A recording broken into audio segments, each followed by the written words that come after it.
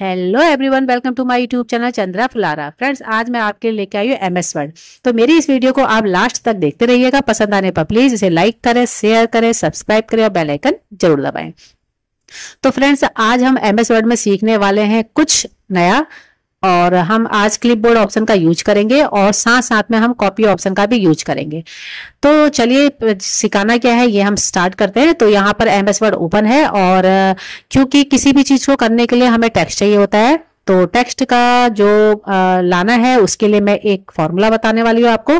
तो उसके लिए आप करेंगे equal to RAND, bracket start करेंगे, ब्रैकेट को कर देंगे क्लोज, और जैसे ही एंटर करेंगे तो आपको बाय डिफॉल्ट 3 यहाँ पर पैराग्राफ मिल चुके हैं।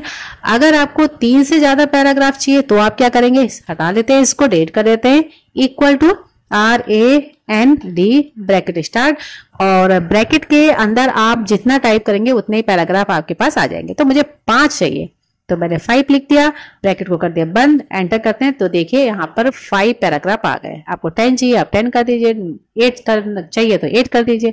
चलिए, तो ये तो हो गया कि हम पैराग्राफ कैसे लेके आते हैं। अब मैं आपको समझाना चाह रही हूँ, कभी कभी क्या होता है फ्रेंड, जब हम अपने एमएस वर्ड में काम करते हैं तो बहुत चीजें रिपीट होती हैं।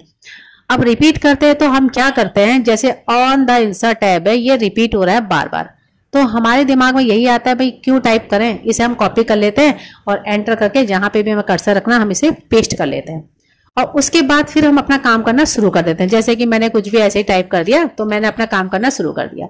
लेकिन इसको हम थोड़ा सा पेज को और बड़ा कर लेते हैं ताकि आपको अच्छे से समझ में आ जाए। अब देखिए, मैंने टाइप तो कर दिया लेकिन मुझे ऑन द इंसर्ट टाइम नहीं चाहिए। अब मेरे की कुछ और लाइनें हैं जो रिपीट हो रही हैं। अब जैसे कि यहाँ पर रिपीट हो रही है, you can easily change formatting, ये रिपीट हो रहा है। फिर से मैं कॉपी करूंगी और अब यहाँ पे पेस्ट कर दूंगी। सिंपल सा यही सब करते हैं, और उसके बाद मैंने फिर से अपना काम करना शुरू कर दिया।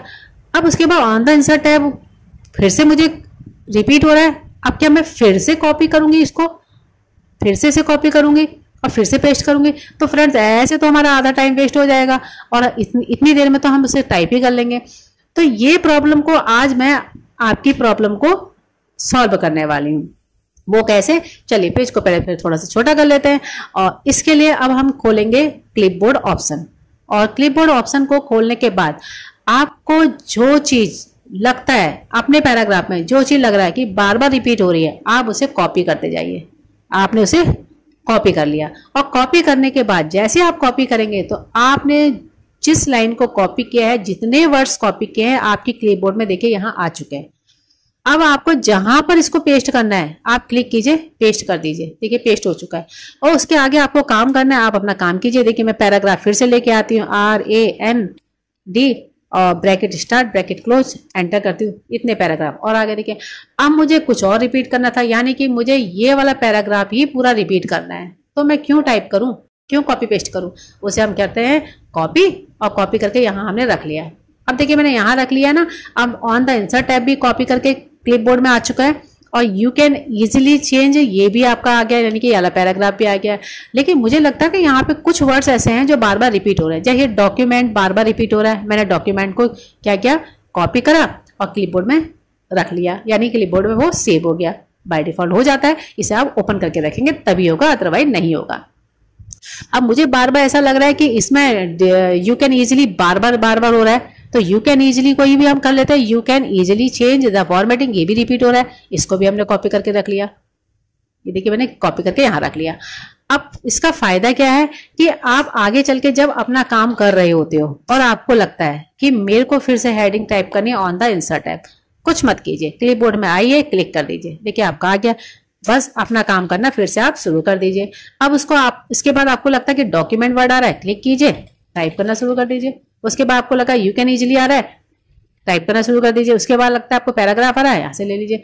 तो अब आपको बार बार कॉपी पेस्ट करना ही नहीं है, बस सिंपल सा आपको एक बार कॉपी करना है और आपके क्लिपबोर्ड में आपका स्टोर हो जाएगा। यहाँ से जब मर्जी हो तब आप इसे पेस्ट कर सकते हैं।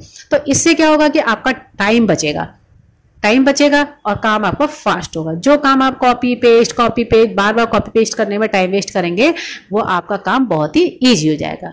तो इस तरह से हम किसी भी चीज को, यानी कि एमएस वर्ड में हम पिक्चर्स में काम करते हैं, शेप्स में काम करते हैं, टेबल में काम करते हैं, तो आप किसी को भी कॉपी करो और अपने क्लिपबोर्ड में सेव कर लो, यानी कि क्लिपबोर्ड आपको ओपन करना पड़ेगा तभी ये सेव होता है, अदरवाइज यहाँ पे सेव नहीं होता है, ये शो नहीं करता है।